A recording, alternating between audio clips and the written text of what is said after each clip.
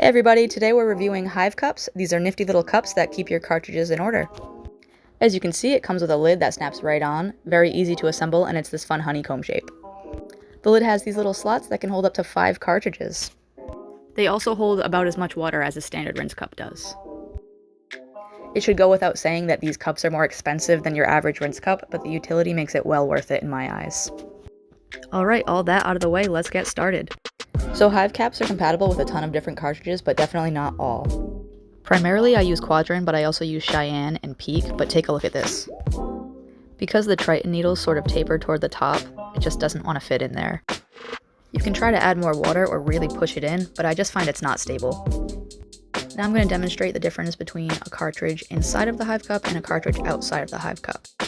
I'm using two 14-round shaders and some gray Radiant ink.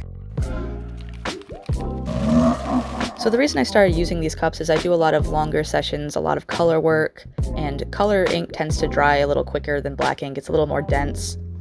I was finding that I was spending most of my time, taking out cartridges, rinsing them, drying them off, making sure that the cartridge was like super clean before I switched them out.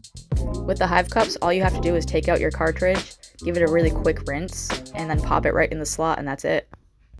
You don't even have to rinse them, but it's just good practice just to do a quick rinse in between color work especially. For black, you can kind of just pop it right into the cup. Okay, I've got my machine all set up and we're ready to dip it in some ink. Difficult to see in the video, but the machine is running, so we're going to dip it in the ink and just let it coat all over that needle. You can see the tip is full of ink. We're not going to rinse it, this is just for demonstration. We're just going to let it dry out so you can see the difference.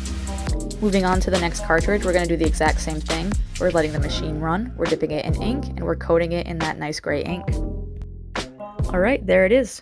It's run through, you see the tip is dark. Let's take it out and put it in the cup. So these have been sitting for about 10 minutes. Let's start with this one. You can still see there's a lot of ink in that tip.